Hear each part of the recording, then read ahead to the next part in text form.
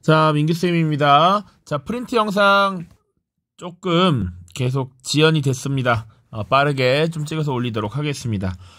67차 시에 해당하는 부분이고 185쪽에서 187쪽까지에 해당하는 실력 양성 운동 부분입니다. 자, 실력 양성 운동 잠시 그래도 복습을 한다라는 의미로 선생님이 그래프를 연표를 그려서 좀 설명을 해보자면, 우리가 쭉 지금까지 많이 배웠고 수업 시간에도 선생님이 굉장히 많이 설명을 했던 부분입니다. 자, 우리가 각각 1910년대, 1920년대, 1930년대 우리가 쭉 나눠서 배웠습니다. 일본이 우리를 어떻게 통치했는지 배웠어요. 각각 소위 무단 통치 시기, 무단 통치, 소위 문화 통치, 30년대 민족 말살 통치 이렇게 다뤘습니다.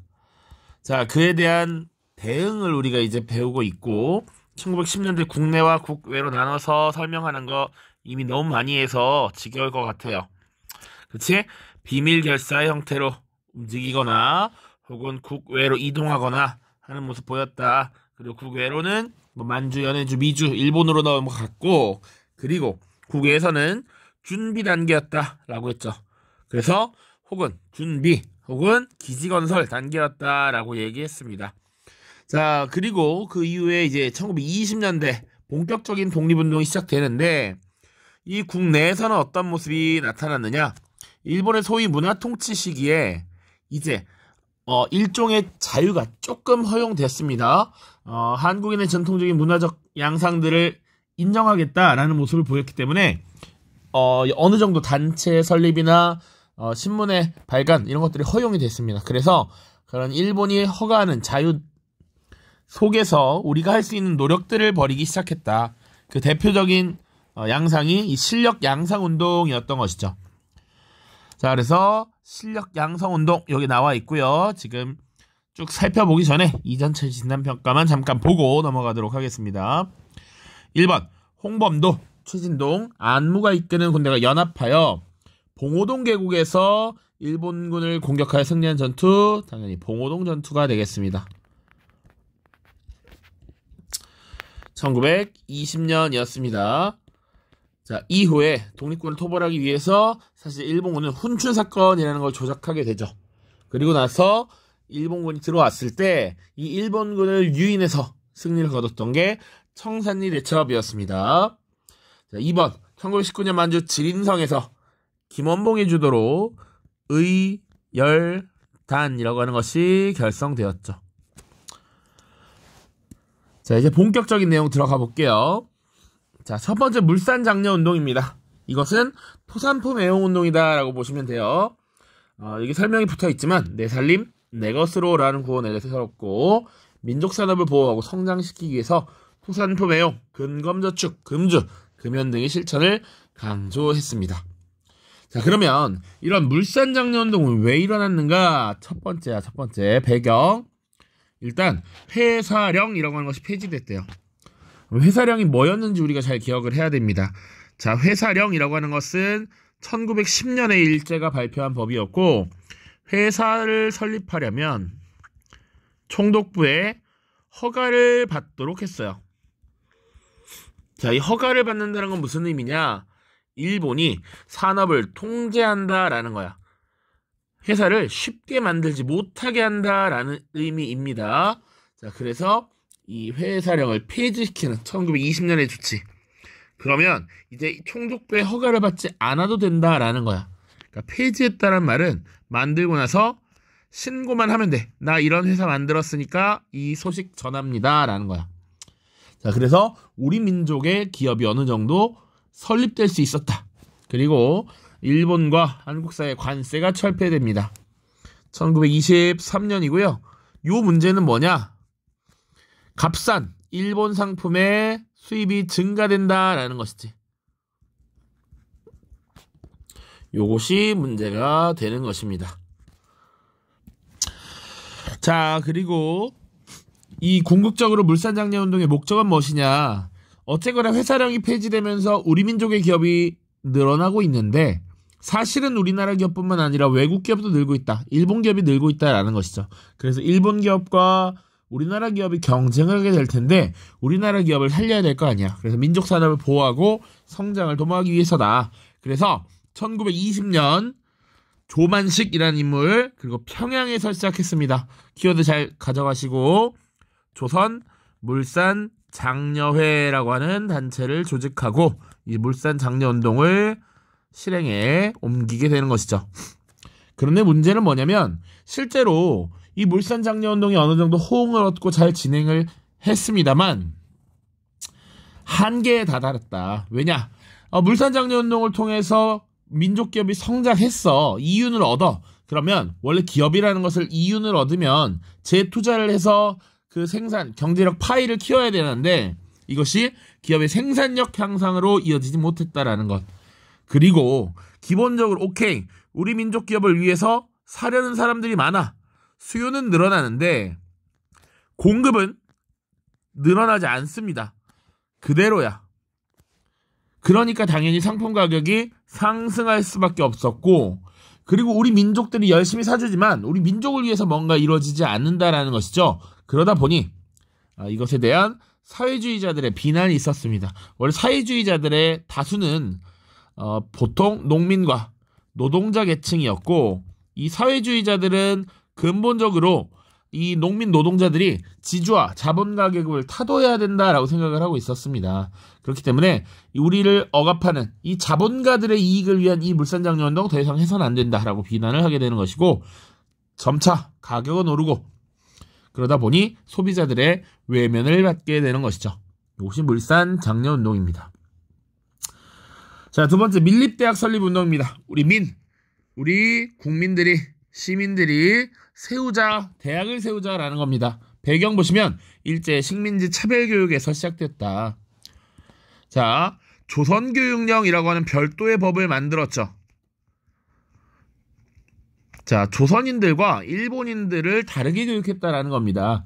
그래서 이런 차별교육에 대한 반대, 그것이 시작이었고 또 이 조선교육령이 1922년에 개정이 되면서 오케이, 우리가 겉으로 문화 통치를 표방했기 때문에 대학 설립할 수 있어 라고 법에 명시해놨단 말이야. 근데 실제로 대학을 만들어주진 않았거든. 그러니까 우리가 직접 대학을 세우자라고 하는 이런 움직임이 나타났던 것이고 자, 목적 보시면 그래서 밀립대학 기성회라고 하는 것을 조직합니다. 자, 이 부분이 그래도 다행인 건 단체 이름이 바로 그 운동이 직접적으로 무엇을 하는지 나타나 있어서 조금 쉽다. 한민족 1천만이 한 사람이 이런 식이라는 구호 아래 모금운동을 전개했고요. 전국적으로 큰 호응을 얻었습니다. 자, 이 밀립대학 기성회가 조직되기 전에 사실은 조선교육회라는 단체가 있었고요. 이것을 주도했던 인물이 이상재라는 인물인데 이 조선교육회 주도로 밀립대학 설립운동이 일어났고 밀립대학 기성회가 조직됐습니다. 자, 그런데 일제가 이를 탄압했고요. 자연재해로 결국 모금운동이 중단되었다라는 것. 자, 그리고 1924년에 일제가 경성제국대학이라고 하는 대학교를 설립합니다. 자, 이것은 조선인들을 위한 것은 아니었고 사실은 조선 내 일본인들을 위한 것 혹은 친일 세력을 위한 것이었다고 보시면 됩니다. 세 번째, 문맹퇴치운동이야. 1920년대 후반부터 언론기관을 중심으로 농촌에 이런 시민들을 깨치게 하기 위한 이런 움직임이었다. 다시 문맹이란 글을 읽고 쓰지 못하는 것을 말해. 읽고 쓰기가 불가능한 것을 문맹이라고 합니다. 자, 글을 읽어야 신문도 읽을 수 있고 잡지도 읽을 수 있고 책도 읽을 수 있는 거지. 그러니까 요것 자체를 먼저 해소해야 된다라고 생각한 겁니다. 내용은 크게 두 가지입니다. 첫 번째 문자보급운동이고요. 이것을 주도했던 건 조선일보라고 하는 신문사였습니다. 그리고 한글 교재를 발간해서 배부하고 농촌에서 한글을 가르쳐주는 이런 모습 보였다. 자, 그리고 동아일보가 주도했던 나로드 운동이라고 하는 것이 있습니다. 자, 동아일보가 주도했고요. 학생 계몽대를 조직하고 야학을 개설해. 야학이란 보통 일을 하는 사람들이 낮에 일하고 밤에 와서 공부하는 것을 야학이라고 해요. 한계를 가르쳤고 미신을 타파시켰고 오래된 악습, 미신 이런 것도 없애버렸고 근검절약 등의 계몽 활동을 전개했습니다. 자, 이 브나로드라고 하는 말 자체가 원래 러시아어로 민중 속으로 라는 의미야. 그러니까 민중 속으로 들어가서 이 글을 잘 알지 못하는, 세상 돌아가는 걸 잘 모르는 사람들에게 가르쳐주자라고 했던 겁니다. 자, 지금 세 가지 다뤘습니다. 그래서 물산장려운동, 밀립대학 설립운동, 문맹퇴치운동 쭉 다뤘는데, 이런 실력 양성운동의 의는 뭐고 한계는 뭐냐. 우리 시대가 발전하고 있어. 이런 근대적인 발전을 도모했다라고 하는 게 긍정적이고요. 그리고 민족의 실력을 키워서 독립의 토대를 마련하자라고 했던 거야. 그러니까 이 실력 양성운동 자체가 먼저 실력을 기르고, 실력을 기르면 뭐 하자? 후 독립을 이루자라는 거였어. 그래서 독립을 위한 준비, 토대를 마련했다라는 거야. 토대는 원래 집이나 건물을 지을 때 이 바닥에 흙을 반듯하게, 바르게 이렇게 평평하게 잘 쌓는 걸 토대라고 합니다. 자, 기본이 잘 돼 있어야지 집을 잘 지을 수 있죠. 독립을 위한 기본 밑작업을 했다라고 보시면 돼. 자, 그런데 한계는 뭐냐? 원래 선실력 양성, 후 독립을 추구했었는데 이제는 실력 양성만 강조하고 독립이라고 하는 목표를 자꾸 잃어버리더라 이거야. 그것이 한계였습니다. 자, 이렇게 한계에 빠진 실력 양성 운동을 주장했던 독립운동가들 중에 일부 세력이 자치운동과 참정권 운동을 벌이기 시작합니다. 자, 첫 번째 나와 있는 자치운동은 스스로 우리가 통치하자라는 것이죠. 그러니까 조선 총독부 아래에 일종의 자치정부, 자치의회를 설립하자라는 것이었고요. 반면 참정권 운동도 벌어집니다. 일본 의회가 있겠죠. 일본 의회에 우리 한국인 식민지 대표도 참여해서 우리도 일본이라는 국가를 위한 정책 이런 데 참여해야 한다라고 주장을 했던 거죠. 자, 이런 두 세력들은 뭐냐? 일본의 식민지배 현실을 인정하고 들어가는 겁니다. 이거 인정하고 벗어나기 어렵다, 현실적으로 불가능하다라고 인식을 하고 전제하는 것이었다. 그러다 보니 열심히 독립을 위해서 싸우던 민족주의 세력의 분열을 초래했습니다. 자, 그래서 민족의 독립을 추구했던 세력이 민족주의인데, 자, 비타협적 민족주의와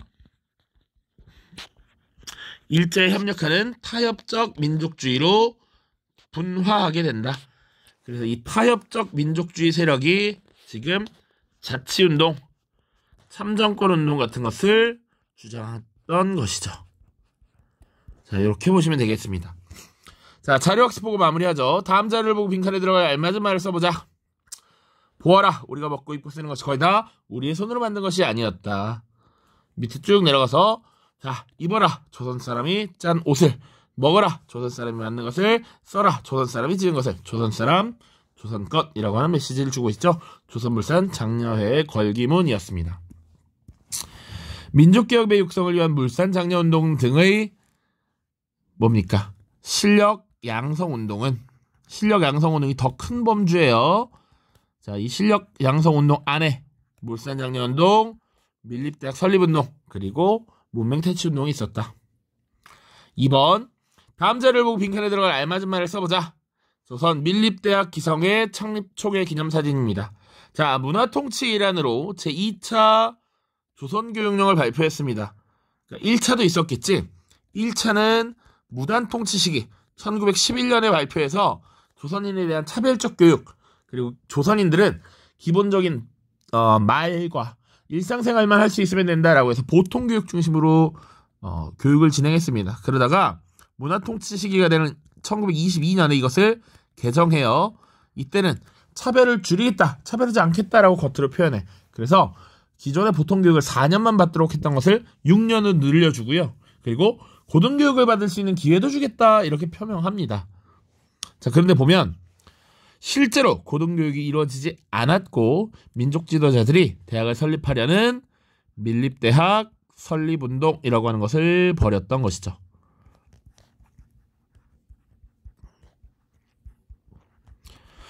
자, 됐죠? 자, 요렇게 지금 67차 시 마무리하도록 할 거고요. 68차 시에는 이어서 민족 유일당 운동을 추진하다 라는 부분 보도록 하겠습니다. 모두 고생 많았습니다. 안녕.